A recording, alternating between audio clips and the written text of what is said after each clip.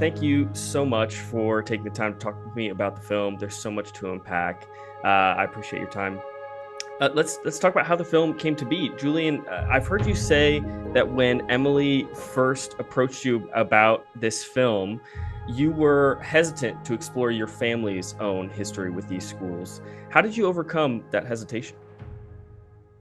Sure. So when Em gave me a call the day after the discovery of 215 potential unmarked graves at the Kamloops Indian Residential School and said that she was interested in collaborating with me on a documentary, I told her that I needed to think long and hard about that, and I really meant the long and hard parts. My family has a very traumatic connection to Indian residential schools. I didn't know the specific texture of that connection. I just knew that there was a story there, and I'd never made a film before, and I didn't know if I was willing and able to touch that story, let alone to touch that story in an entirely new medium. I'd also just signed a book contract, and I also didn't know how to write a book. So writing a book and making a movie at the same time, which I didn't know how to do either of, seemed like a kind of foolish thing to try to do. So I took a couple weeks to think about it. I talked to my mom, I talked to my agent, I probably talked to like my tennis coach or something. And in the meantime, M forged ahead.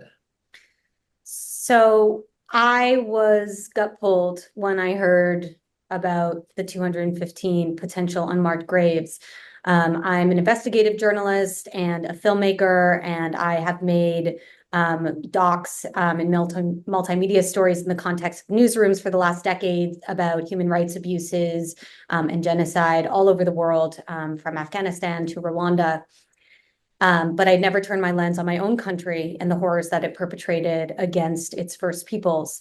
So I felt gut pulled to the story, and I also felt like the right person to do it with was Julian. And Jules and I worked our first reporting jobs together almost a decade ago. We were randomly sat at the desks next to each other and became fast friends, had a lot of lunch together, and in the years since, really tried to find a way to work together. And Julian obviously is an incredible writer and thinker and journalist and historian, so many multi-hyphenates. And I thought it would be a really beautiful collaboration. So Jules went to think long and hard about whether this was something he could work on. And meanwhile, I went and looked for a nation that said they were going to do a search. And I found an article in the Williams Lake Tribune about Chief Willie Sellers in the Williams Lake First Nation. And I wrote him a cold email, and he called me back that day, and he said, the creators always had great timing. Just yesterday, our council said we need someone to document this search.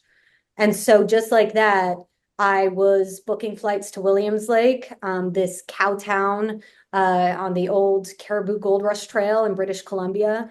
And I had my gear and everything ready to go. And a couple weeks later, I heard back from Julian. And when I called them back, she told me that she'd identified a First Nation that was leading a search, and that First Nation was the Williams Lake First Nation, and that search was happening at St. Joseph's Mission. And there was a long pause on my end of the line. And then I said, wow, that's really crazy. Did you know that's the school that my family was taken away to and where my father was born? So out of 139 Indian residential schools in Canada, M happened to choose the one school that my family was sent to and where my father's life began. Yeah, that's a wild coincidence. Emily, how did you know this was right for a feature, as opposed to, like you said, a short doc or an investigative piece? Why was it a film for you? Yeah, a few things. One is that I had been making docs. I made my first doc when I was 14, and I'd been building to this for my entire career, but was waiting for a story that felt big enough and important enough and immersive enough to dedicate potentially years of my life to. And it started really instinctually. It was just an instinct. But also there was such an obvious narrative thrust there, a search that would go somewhere. I didn't know where. But in a documentary, particularly a verite documentary, where you're following things along as they happen, where you're not doing sit-down interviews, where you're getting into the lives of people as they reckon with something. This felt like it had the potential to be captivating and a really strong way in. At the same time, it wasn't so clear to me just how special it was and how big it could be until the first week. And that was meeting Rick and meeting Charlene, and meeting Willie and meeting their families and hearing them tell the stories and watching how much this meant to them. But I think the moment that really crystallized for me what this could be should Julian choose to be in it eventually, which was never the intention, was when Charlene brought Julian to the barn. And she had sent me a text, said, meet me in the barn, bring Julian, bring your camera.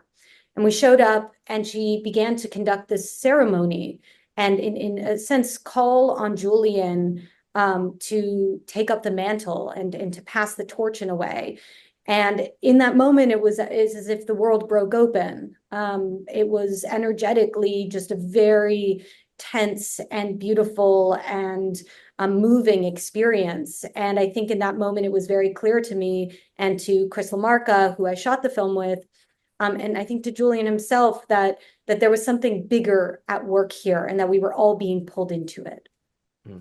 Julian, throughout the film, we see you and your community exploring the hard truths of what happened, some a long time ago, some not so long ago.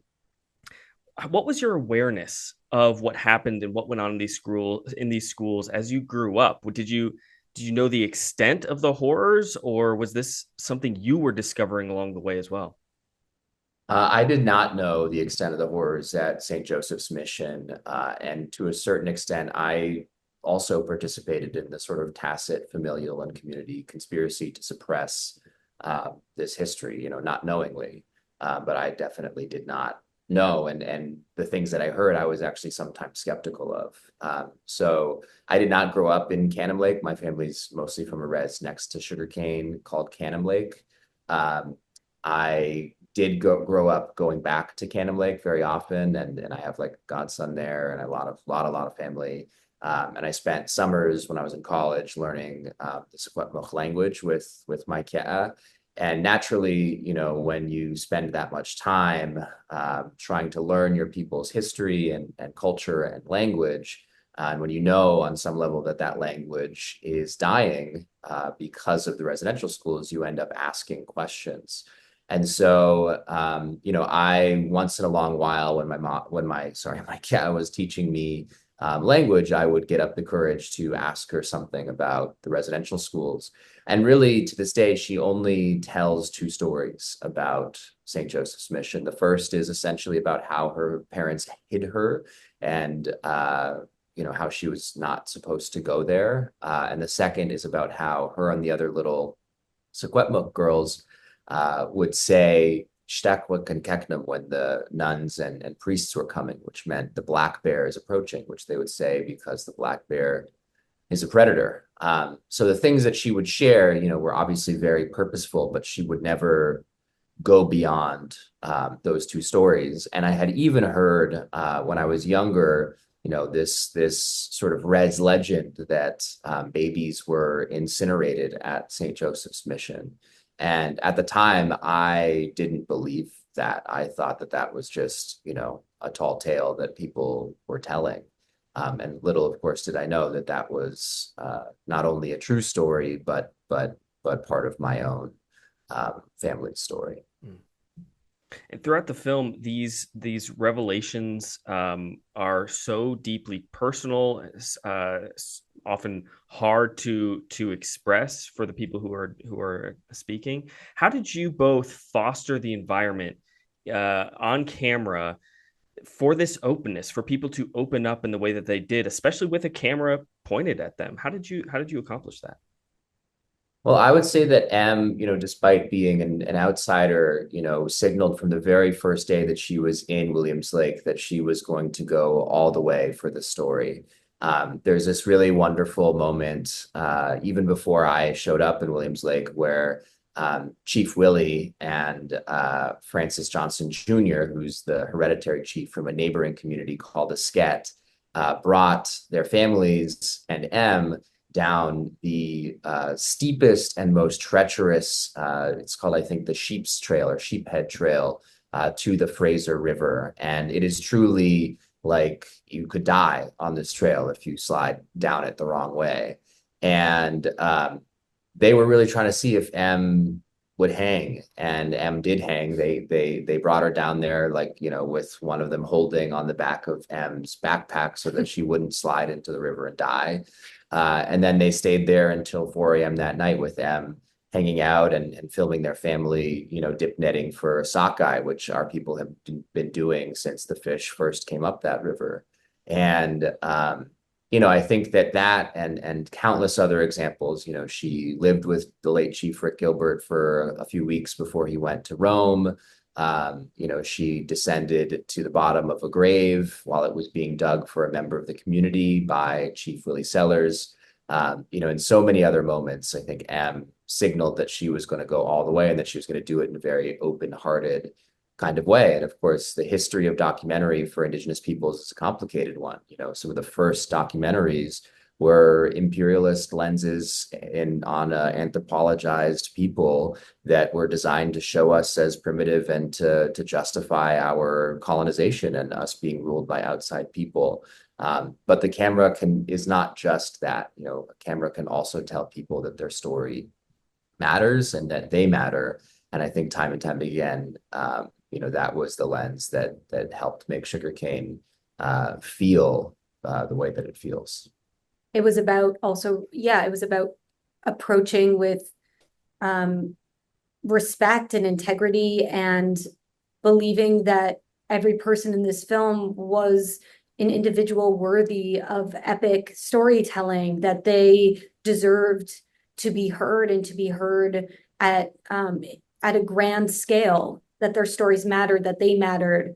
And I think, you know, Julian spoke a lot about the silences that lingered in his own family and the pacing of this world and how he moved through this world and many others moved through this world. And it was through his perspective and lens that I was also able to really incorporate that in the way that I was shooting, in the way I was shooting with Christopher LaMarca, who was also shooting. And we were able to kind of internalize a lot of that framing.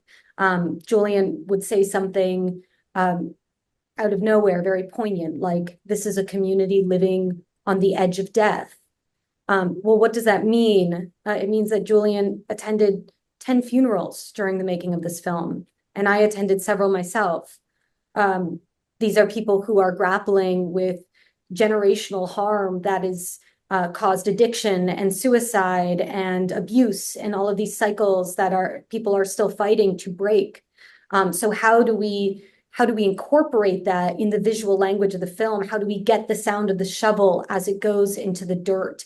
How do we be present for the moments where the chief has to tell his kids that yet another member of their community has passed away? On the first ever Truth and Reconciliation Day, where they were celebrating the forthcoming of the truth. So it's that framing and perspective that really helped us get under the skin of this thing and earn the trust of the people around us.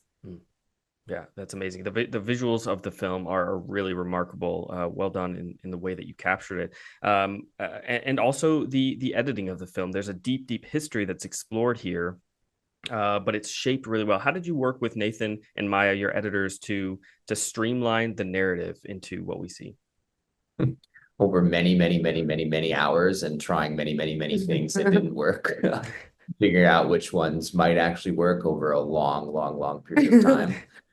Yeah, you know, I think that we tried to do something that was formally ambitious in documentary. You know, it's not common to do a verite documentary with so many characters. And yet, you know, to do this story in the right way and to capture the fact that this was a communal and collective experience. This is not an individual experience. This is not just a familial experience. This was, you know, experienced by an entire people. We had to try to include all of the characters that were there, and we even tried to include other storylines that ultimately did not make it into the final cut. And so I think that that was something that we were doing that was, formerly ambitious and that required a lot of trial and error and failure until we finally got it right. And then there were also, certain ideas that we wanted to convey without literally saying them, that also took a long time to get right. I think, for example, there's a lot of discussion around Indian residential schools about intergenerational trauma, and that's such a big $5 word that as soon as you say it, loses some of its power. But when you see it, across generations on screen and you feel it, more importantly, I think that is can be part of the magic of film. And then I also think that this was a documentary that's about, faith and belief in our connection to those who passed before, which is to say that there is a spiritual dimension to this story that needed to be taken seriously, both on the Catholic side and on the traditional Secwepemc side. And I think that people come out of this documentary, maybe not saying that explicitly, but I think that, in certain moments it does make their hair stand on end, and that they can feel that power, and that, channeling that, which we also felt in the field through the edit, was always what we were trying to do. We came to Maya and Nathan with a 5.5-hour cut that we really loved. And we said, we want to do a 4-character weave. We want to do an investigation. We want it to have these themes that Julian spoke to. We want it to capture the Western, and we wanted to capture the faith, and so many ideas that we had collectively built as a vision for the film for so many years. And it was a tall order. And the first thing Maya said when she joined the team was, do you want to make a series or do you want to make a feature? and we wanted to make a feature, and what that meant was learning how to let go, learning how to let things fall away to get to the core thrust of what we were trying to say, because there are so many things and so many stories you could tell about this epic and beautiful world. So what specifically out of the material we had could we best speak to?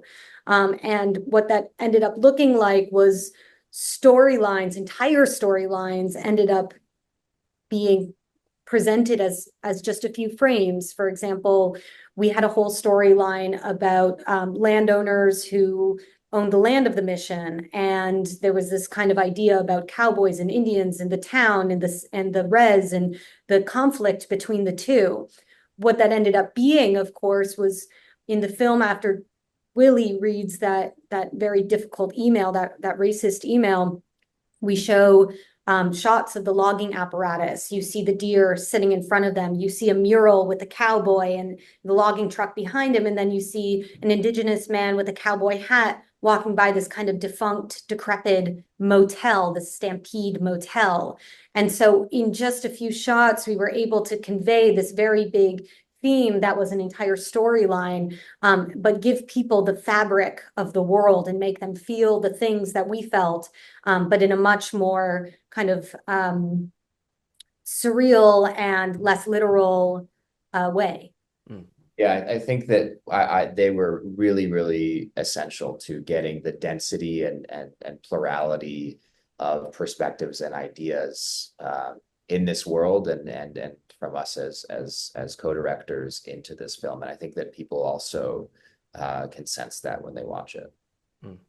Yeah, absolutely. And for both of you, like you've both said, this is your first feature that either of you directed. And so what was the biggest learning? Not all films will be so personal, I presume, but what did you learn on this film that you'll take into future projects? I would say two things. I think the first was something that I learned from, I think, Maya, one of our editors, which is that we initially wanted this documentary to kind of watch like a fiction film, like a fiction feature, and to have that sort of feeling. And as we tried to tighten it up to that sort of feel and pacing, it was losing some of its verve, some of its rawness and realness. And so what I learned from that, which I will always carry with me for the rest of my career, is that nonfiction needs to still be nonfiction. It needs to remind people that this is real life, that this is real people with a camera in front of them going through real struggle. And so I think that, that was something that we discovered in the edit and that I learned from her. And I think that was part of what drew out the magic of this film. And I think, as an extension of that, working collaboratively has just been one of the greatest gifts of my life over the last 3 years. As I said, my background is as a writer, which is a largely solitary creative pursuit. You spend a ton of time alone in the field and then alone in front of your computer, trying to figure out how to do something, sometimes with an editor, but mostly just yourself, like 95% just you. And the process of working on this documentary was throughout, in every single moment, always collaborative. I learned so much from Em in the way that she shoots and thinks about story and thinks about how to structure things and how to approach people. I learned so much from Chris LaMarca, from everybody who worked on this project, from Kellen Quinn in the way that he moves through this very challenging industry at this sort of moment, from our composer, Molly Obamsawin, in the way that she brought this film even more to life through her music. And that sort of experience of learning from other people and building on each other's ideas was honestly like the greatest creative high that I could possibly imagine. I'll just echo that and add, which is, very similarly for me, I come from the kind of one-woman band of visual journalism, where you have like no money, and so you shoot and you edit and you produce and you report. And I had gotten very used to that. And I occasionally had wonderful collaborators, but for the most part was pretty solo. And so to share in this undertaking, this massive undertaking with so many brilliant and talented people, and learning how to like let go and let other people bring in their vision and ideas, and how much greater the work can be when you do that, when you make room for others and when you learn from them, was really extraordinary. And I think in particular, I learned a lot. Again, like I learned really how to produce from Kellen. I knew how to field produce, but I certainly didn't know how to raise funds for a film or build a structure. My shooting got so much better learning from Christopher LaMarca. Like my camera work was exponentially better by the end of the film. And I think most significantly was our collaboration, was learning how to listen to one another and build a kind of mutual vision, so much that we have one mind, that our thoughts were always so in sync. And when we disagreed, we could work through it and come up with something even better than where we had individually started. And I think that was a huge lesson and resulted in probably one of the greatest things that I'll certainly have ever worked on. And I think we all feel that way. And I think the other big thing that I learned was patience. I also come from a world where I only had so many months, at most a year, to work on something and to bring it to fruition. And the space and time that we were allowed, or we allowed really ourselves by, deciding to put our own money in it and taking a real kind of shot in the dark, required just being present for every moment, for being present in the community, to live the story. And to live it for as long as it needed to be lived to naturally complete the arcs of it. And patience was so key to that. And it was a great gift that I will carry forward. Well, it pays off in the film. It's such a remarkable piece of work. Thank you so much for your time again. I can't wait for more people to see it. Thanks, Thank you so Daniel. much.